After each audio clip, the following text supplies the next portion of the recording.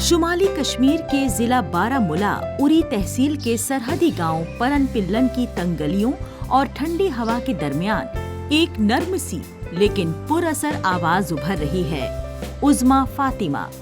مختار حسین اور پرویزہ فاطمہ کی 19 برس کی بیٹی جو BBA bachelors in business administration کی تعلیم کے ساتھ اپنی تحریر کو بھی رفتہ رفتہ مکمل کر رہی ہے۔ بچپن سے لکھنے کا شوق تھا مگر پلیٹ فارم کی کمی، کنیکٹیویٹی کی مشکلیں اور سرحد کے قریب زندگی کی اپنی پابندیاں، ان سب نے راستہ آسان نہیں چھوڑا۔ پھر بھی عظمیٰ کے الفاظ نے امید کی روشنی ڈھونڈ لی، گھر والوں کی حوصلہ افزائی، کچھ استادوں کی رہنمائی اور اپنے گاؤں کے بچوں کے لیے مثال بننے کی چاہ۔ جب میں کالج میں آئی تو مجھے پتا چلا کہ میں اس کو پبلش کرا سکتی ہوں، لوگ پڑھتے ہیں اور بک لکھنے جیسی بھی کوئی چیز ہوتی ہے، تو وہیں سے یہ جرنی سٹارٹ ہوگی۔ میں نے 2020 میں اپنی بک پبلش اپنی رائٹ اپ دینا شروع کیا تھا، اور اس کے بعد سے ہی 2023 میں نے اپنی بک وار آف ڈفرینٹ ایموشنز کو پبلش کیا تھا، جو میری ڈائری تھی، جو میں نے 8th کلاس سے سٹارٹ کی تھی لکھنا، تو وہی تھی وہ۔ اور اس کے بعد میں نے ریسنٹلی اپنی نئی بک کو پبلش کیا ہے after lots of search knowledge, اور میں نے اس کو پبلش کیا ہے جس کا نام ہے کلر آف دا ورلڈ۔ تو یہ جو بک ہے کلر آف دا ورلڈ، یہ ایک ڈپریشنس کے اوپر ہے۔ جیسے آئے دن ہمارے یوتھ کے اندر ڈپریشن جیسی کامن چیز پائی جاتی ہے۔ کالج کی کلاسیں، اسائنمنٹس، گھر کی ذمہ داریاں، ان سب کے ساتھ عظمیٰ نے اپنی قلم کو سنوارا۔ کو آتھر کی حیثیت سے کئی مجموعوں میں ان کا حصہ رہا: ravished souls, positivity of love, society, from darkness to light. پھر آئی ان کی اپنی آواز، اپنی پہچان، 2 مکمل کتابیں، وار آف ڈفرینٹ ایموشنز اور کلر آف دا ورلڈ۔ ان صفحوں میں جذبات کی لہریں ہیں، درد بھی، محبت بھی، تنہائی کی پرچھائی بھی، امید کی روشنی بھی۔ میری پہلی بک رہی تھی وار آف ڈفرینٹ ایموشنز۔ جو وار آف ڈفرینٹ ایموشنز تھی، یہ collection of poem, articles and quotes تھا، جس میں مختلف قسم کے ایموشنز کو میں نے ظاہر کیا تھا ایک بک کے ذریعے۔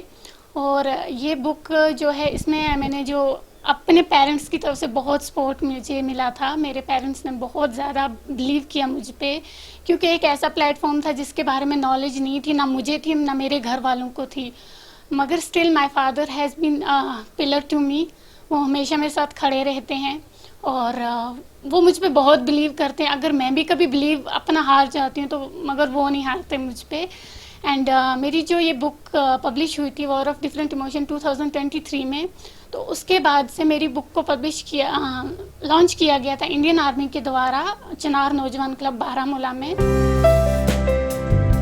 سرحد کے پاس پلنا بڑھنا اپنے ساتھ کچھ مقیدات لے کر آتا ہے: نیٹ ورک کی رکاوٹیں، شہر تک پہنچ کی دقتیں اور اکثر پلیٹ فارم کی تلاش۔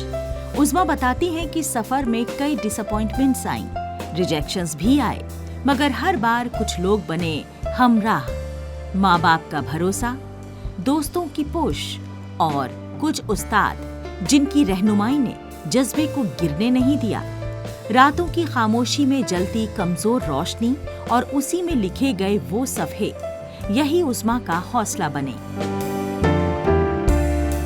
ورنہ مجلس میں تو سبھی بیٹھے ہوتے ہیں، تو گفتگو تو انہی کی ہوتی ہے جن میں کچھ ہنر ہوتا ہے۔